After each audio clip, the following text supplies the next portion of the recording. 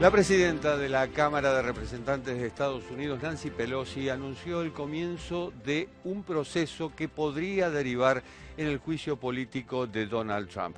Esto es por interferencia en asuntos de otro país y viceversa, por supuesto. ¿Qué hizo Donald Trump? Mantuvo un diálogo telefónico con el presidente de Ucrania y allí le encomendó que investigase los negocios del ex vicepresidente Joe Biden y de su hijo Hunter allí en Kiev. La cuestión es que Joe Biden es uno de los 26 precandidatos demócratas para la presidencia el año próximo, eventual rival de Donald Trump, y esto en efecto ha surtido impacto, ha tenido impacto dentro de la Cámara de Representantes, donde se plantea la investigación. Vemos los detalles.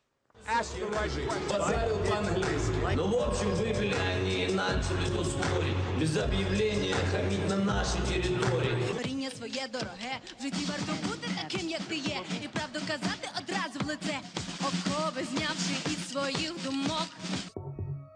Una vez más, los demócratas ven una posibilidad de abrir un proceso de impeachment contra el presidente de los Estados Unidos, Donald Trump, o al menos debilitar sus chances para las elecciones de noviembre de 2020 en las que buscará ser reelecto.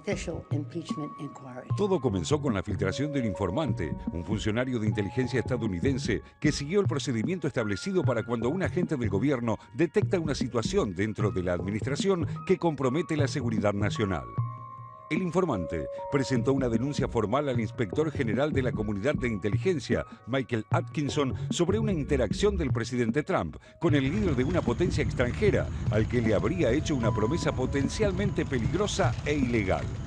Atkinson consideró la denuncia lo suficientemente grave y creíble para alertar a las comisiones de inteligencia del Congreso. Pero el director nacional de inteligencia a cargo, Joseph Maguire, se negó a presentarla a los legisladores, por lo que Atkinson lo hizo por su cuenta. First, I want to stress that I believe that the whistleblower and the Inspector General have acted in good faith throughout. I have every reason to believe that they have done everything by the book and followed the law. Would you agree that the whistleblower complaint alleges serious wrongdoing by the President of the United States? The whistleblower complaint involved the allegation of that. It is not for me and the intelligence community to decide how the President conducts his foreign policy or his interaction with leaders of other countries, sir. And let me ask you about that. The Inspector General found that serious allegation of misconduct by the President credible. Did you also find that credible? I have no question in his judgment that he considers it a serious matter. Pronto trascendió que la promesa inconveniente de Trump involucraba al presidente de Ucrania, el cómico Volodymyr Zelensky. El presidente estadounidense condicionó la entrega de ayuda militar y asistencia en seguridad a Ucrania por $400 millones destinados al ejército de ese país para el combate contra los separatistas prorrusos, a que ese país investigara al ex vicepresidente Joe Biden y a su hijo Hunter Biden por presuntas actividades criminales. El hijo de Biden fue parte del directorio de una empresa ucraniana de gas, Burisma Holdings, y Trump acusa a su padre, Joe, de haber pedido que echen al fiscal general de Ucrania cuando era vicepresidente para bloquear las pesquisas.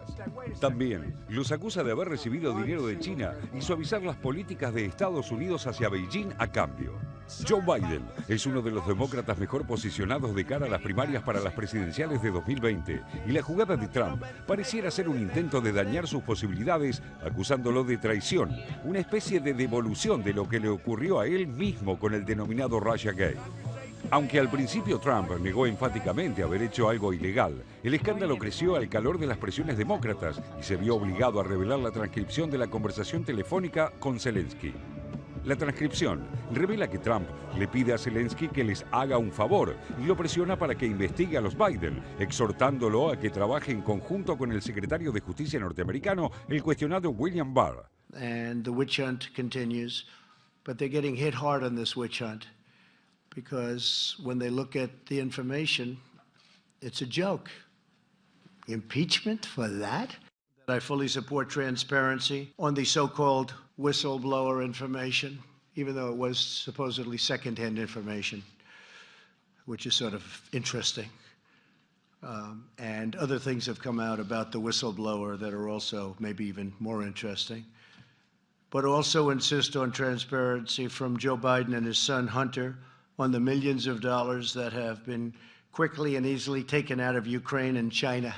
La sospecha es que Trump estaría repitiendo el mismo procedimiento que sus acusadores aseguran usó con Hillary Clinton cuando pidió públicamente a Rusia que revelara correos electrónicos confidenciales que podrían dañar a la entonces secretaria de Estado y candidata demócrata a la presidencia en 2016. Los demócratas creen que esta vez sí están en condiciones de llegar al juicio político, pero para que se arribe a esa instancia, por la que no llegó a pasar ningún presidente en ejercicio de los Estados Unidos, es necesario que los republicanos retiren el blindaje con el que protegen a Donald Trump. Las próximas semanas serán claves para saber si el Congreso estadounidense inicia este camino impulsados por este nuevo escándalo político. La Constitución le concede a la Cámara de Representantes la facultad de iniciar un juicio político contra el presidente por mayoría simple, la mitad más uno de los 435 miembros de la Cámara. Lo cierto es que hubo 2 impeachment que se iniciaron pero no pasaron por el Senado.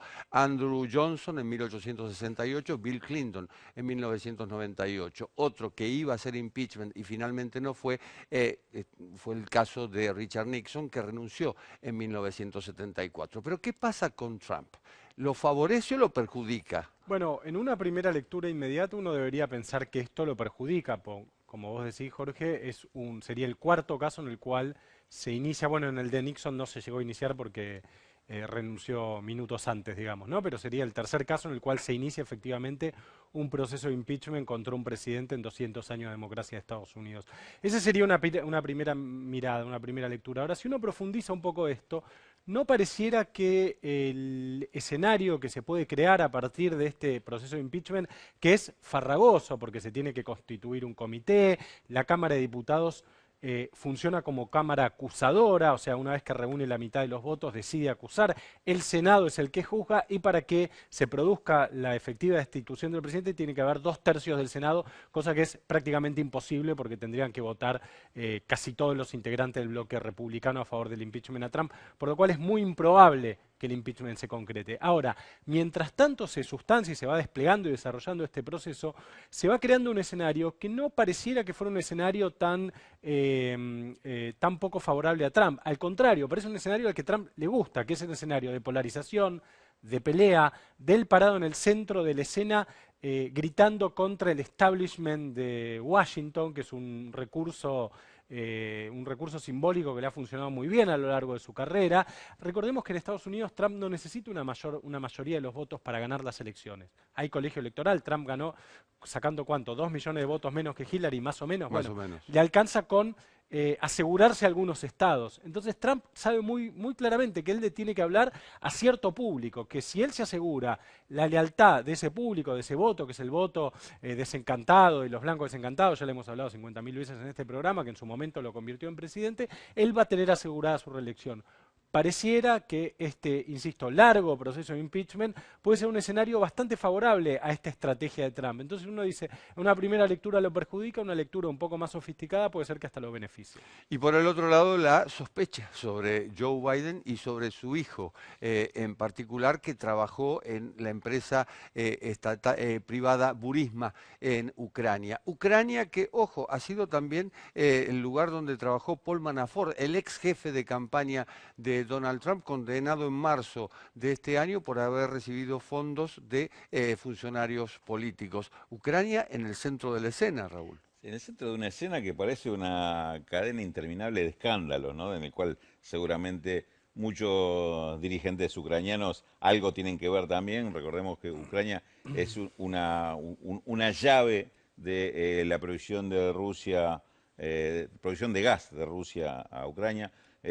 Burisma Holding es una empresa que trabaja en el sector de gas y en esta empresa es donde trabajaba Hunter Biden, el hijo de Joe Biden, desde el año 2014. Hay 2 personajes que aparecen en escena en estos días también que tienen que ver con toda esta historia. Uno es el fiscal ucraniano Viktor Shokin. Viktor Shokin habló esta semana, fue quien investigaba algún hecho que no está claro cuál era de Hunter Biden y Burisma Holding en el año 2016. lo que se dice, una de las versiones, que obviamente esta versión surge del propio gobierno de Donald Trump, es que esta investigación de Shocking trató de ser interceptada por el entonces vicepresidente de Estados Unidos, Joe Biden, quien habló directamente con el presidente Poroshenko para pedirle que separara a Shocking de su cargo. Y efectivamente Shocking en marzo de 2016 fue separado de su cargo. A partir de ahí la investigación se cortó, se interrumpió definitivamente. Esto es lo que cuenta Shocking ahora que surgió este escándalo. El otro personaje se llama Kurt Volker, es el enviado especial de Estados Unidos para Ucrania. En las últimas horas, hace menos de 4 horas, le presentó la renuncia a Mike Pompeo. Todavía no se aclaró por qué el representante de Estados Unidos no quiso seguir más en el cargo en Ucrania. Pero son elementos que aparecen y me parece que suman datos a un escándalo que, repito, pareciera interminable, ¿no? Una crisis que apenas comienza y que tiene plazo fijo, 3 de noviembre de 2020, cuando sean las presidenciales, las generales en Estados Unidos.